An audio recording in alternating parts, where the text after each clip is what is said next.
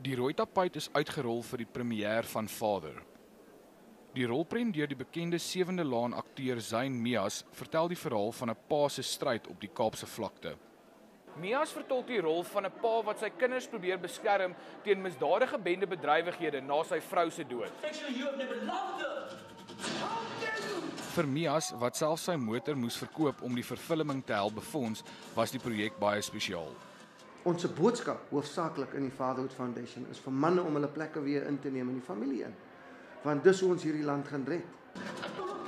Nie net vertolk Mias die hoofrol nie, hy was ook skrywer en vervaardiger. Sy kollegas is vol lof vir hom. Hierdie karakter het baie gevra van my as 'n actor.